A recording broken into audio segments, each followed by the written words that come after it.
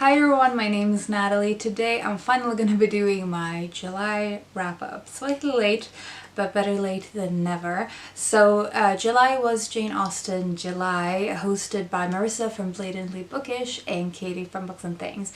So I read two Jane Austen books. I'll start with those.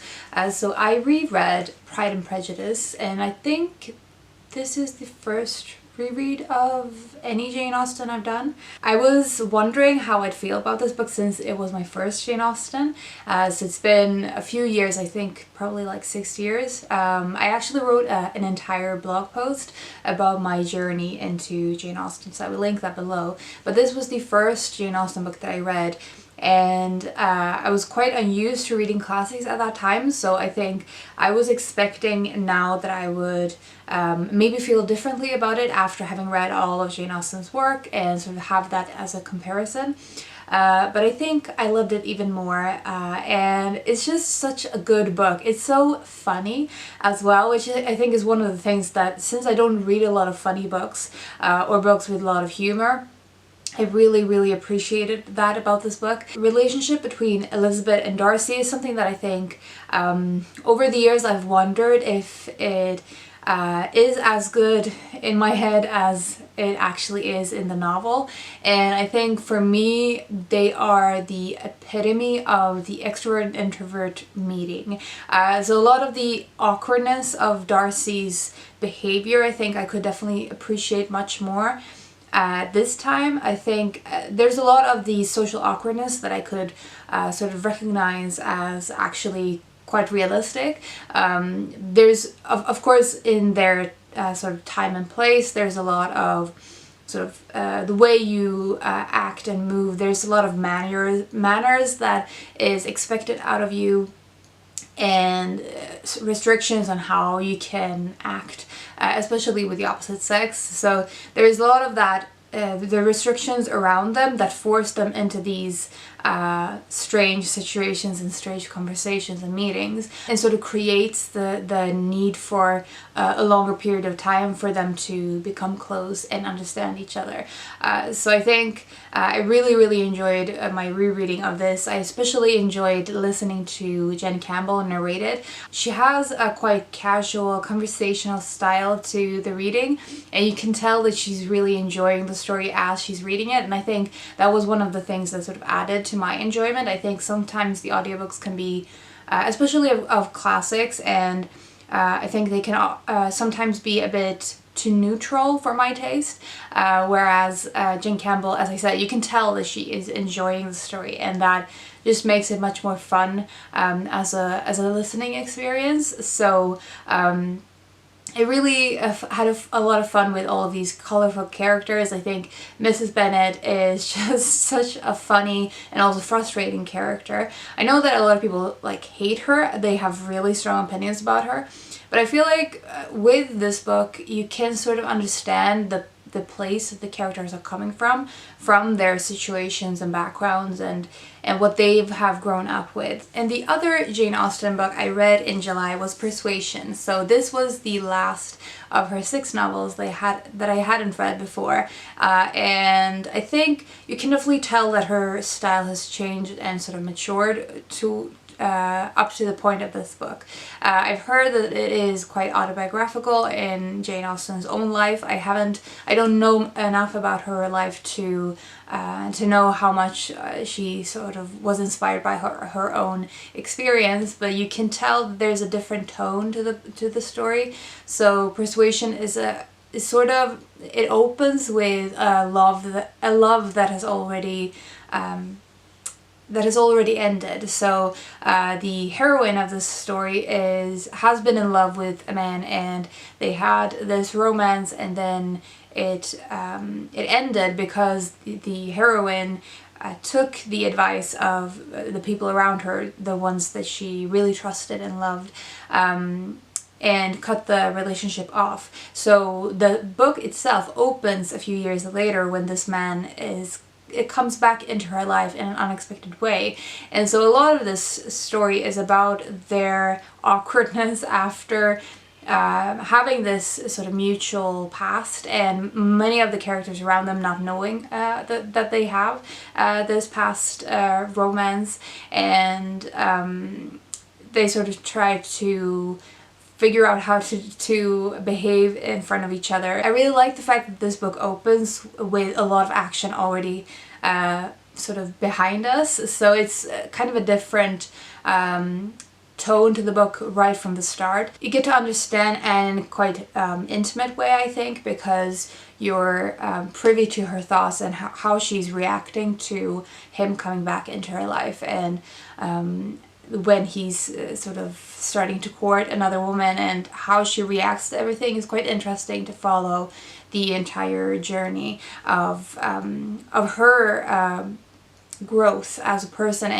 and sort of finding confidence to believe in her own opinion and her own ability to make her own life choices, because a lot of the time she has listened to other people's advice over her own instinct. I really look forward to rereading this one though, because I had a bit of a hard time distinguishing a lot of the characters aside from Anne.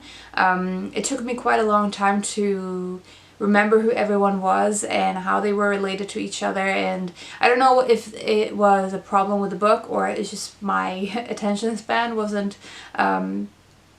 fully there, so I had a hard time distinguishing characters, and that made it hard to follow the story for a good portion of the book, but I enjoyed the writing style right from the start. The next one I'm just going to briefly mention, and that is Once Upon a Time I Lived on Mars, Space Exploration and Life on Earth by Kate Green. So this is a book that I've written a full review of, as well as doing a video for, because I read it for Curious Adventure. So I'm just going to briefly mention that this is a non-fiction book all about Mars exploration as well as space exploration in a more wide sense. So basically this is an essay collection, and it's taking the starting point of the authors being involved in a experiment that tried to simulate the experience of an astronaut on Mars, of 4 months in isolation. And I think a lot of the experience I had with this book was so particular for this moment in time with the pandemic and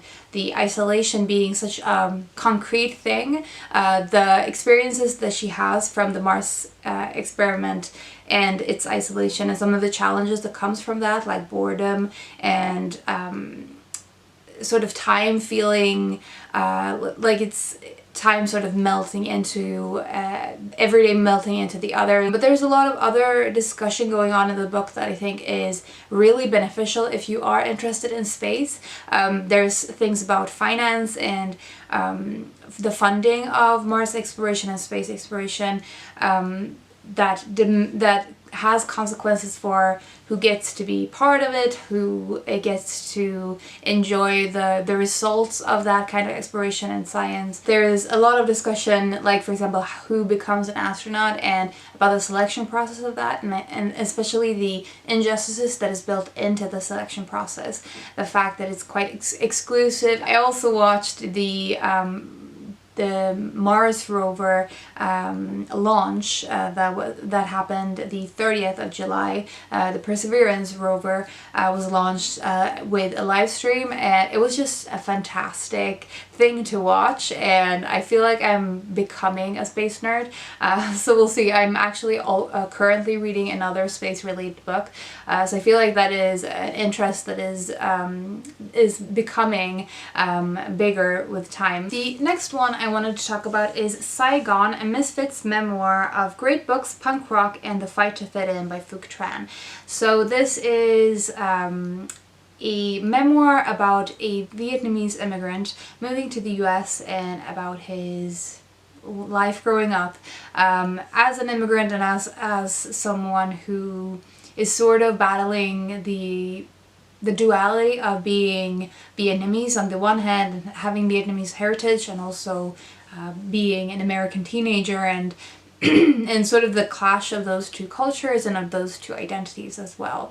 A lot of the challenges that he faces, I think I could really relate to as someone with a biracial background, and something of an internal identity crisis sometimes when you feel like you're not enough, of either culture or identity, and trying to figure out who you feel you are and how to connect with, especially how to connect with your family and with friends and other people in your life. The fact that those two things can sometimes come into conflict. He talks about, for example, feeling like he fails at being this sort of jock, or being part of the popular crew of the schools. He decides on his own to sort of choose the subcultures instead. I think a lot of it is relatable to anyone, just feeling like you don't fit in with a particular group and trying to find an area that you can connect with. I really like the honesty that he shares in the book, especially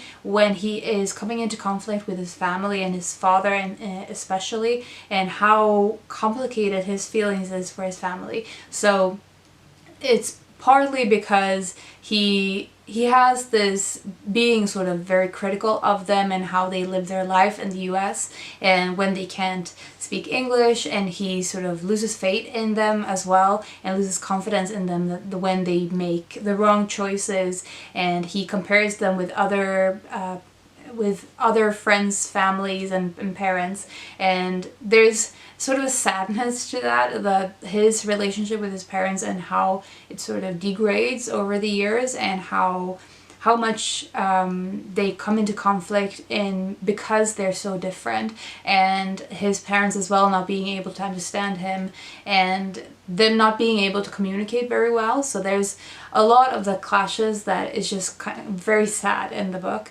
and it all becomes even more complicated because his father is quite violent. The one thing though that I wanted to mention in connection with the book is a little bit of a warning. There's a scene in the book, I think it's about halfway through, where I think it's his cousin, kills an animal, and it's quite graphic, the description of that scene. I can't even remember the animal itself because I actually skipped it in the audiobook. I just waited until I got past it. So I just wanted to mention that as a little bit of a warning about halfway through, so that you know that it's coming. And then the next one I read was another reread, and that was A Study in Scarlet. So this book is a volume collecting all of the novels of Sherlock Holmes, but I only read A Study in Scarlet, which is the first book in the Sherlock Holmes series. So of course this is by Arthur Conan Doyle, and I reread the A Study in Scarlet with Roxy and Amelia. I will link both of them below. So we had a lot of fun discussing the first book in the series and talking about adaptations and all of the things related to Sherlock Holmes. We're going to be continuing on reading through the Sherlock Holmes books. I enjoy the Sherlock Holmes stories much more than I think I do, or at least I know that I love the Sherlock Holmes canon in terms of all of the adaptations and the characters themselves and all the various ways they have been interpreted. I know that for a fact. That's why I really wanted to do this reread project, and I'm planning to do another project related to it in the future. But I think I sometimes forget how much I love Arthur Conan Doyle's writing of the Sherlock Holmes stories, and his witty dialogues and his sense of adventure. It's very clear in the first book, especially, that he loves to write adventure stories, because the first book is divided into two sections. So the first section is introducing us to Sherlock Holmes and to Dr. Watson, and they're meeting for the first time. It's really interesting to see the way that Dr. Watson is, how he looks, how he thinks of Sherlock in the beginning. He isn't immediately charmed by him, but he's quite interested, and sort of his curiosity is piqued. So he starts observing him very closely, and I think in some ways he's much more observant than he is often given credit for. He makes a list of the various things that Sherlock is knowledgeable and not, like in terms of subjects, like politics, almost nothing, the solar system, nothing, poisons, very advanced, like those kinds of things. And he makes so many observations about his behavior and tries to figure him out, and it's quite interesting because I think a lot of the time you get the impression that Sherlock is the only one who's that analytical and calculating and observant, but that is everything that Dr. Watson does in the first section.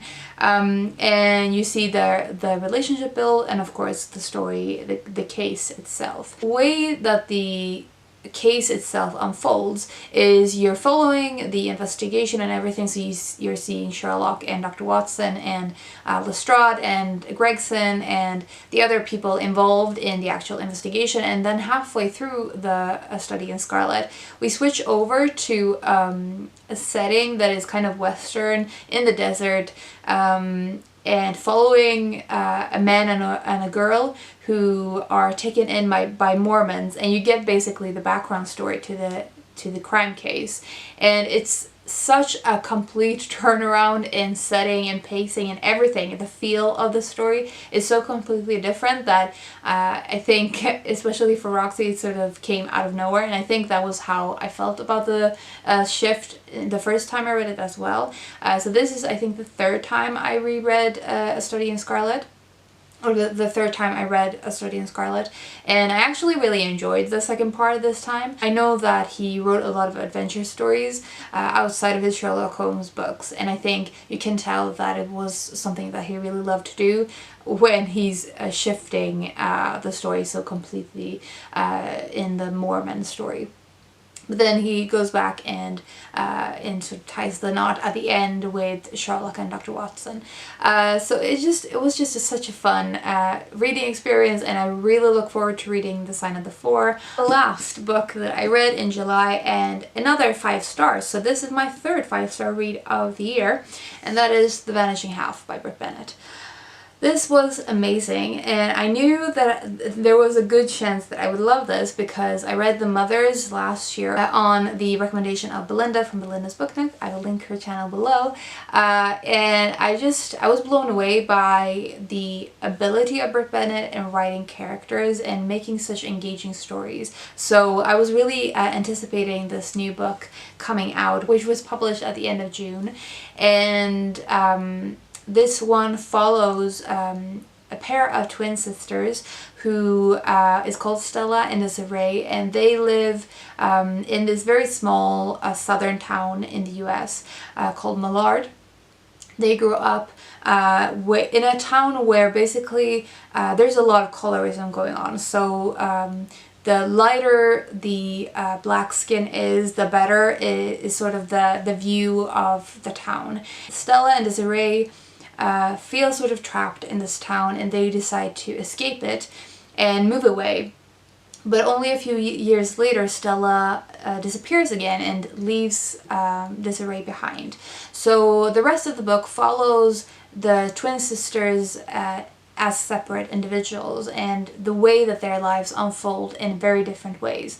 So even though they're twin sisters, they live completely different lives after they separate. So Desiree marries a black man and has a very dark-skinned daughter, and she moves back into Millard when after the relationship ends, when she's been beaten, and she decides to leave this relationship behind and starts over again in Millard.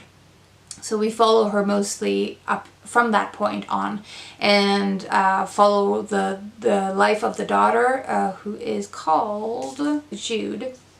So we follow Jude when she's growing up as well. And then on the other side we have Stella, who has been living a life passing as white. So she marries a white man, and he doesn't know that she's black. And she has a daughter with him, and her daughter is called Kennedy.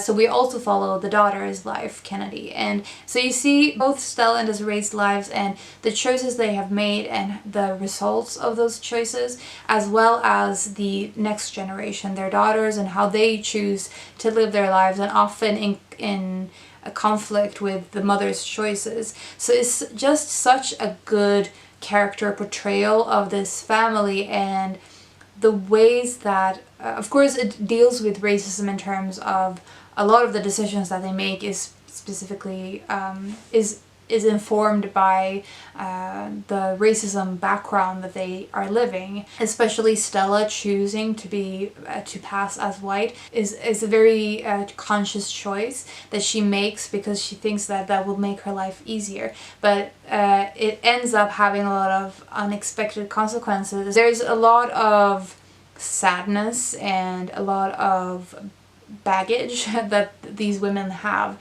and how they deal with that is part of what makes this book so emotionally driven and so engaging to read. Britt Bennett is such a fantastic writer at creating believable characters. They all make mistakes and often make choices that are very selfish and that have very bad consequences for other people, and it's just, none of them are perfect individuals, far from it, but I think they are so compelling because they're so believable and you can imagine them off the page. The compelling nature of the characters is something I felt very strongly with the mothers as well. So it was just such a strong novel to me. She has now become an auto-buy for me. So yeah, loved it and would strongly recommend if you haven't already been sold by all of the buzz around this book. Highly recommend.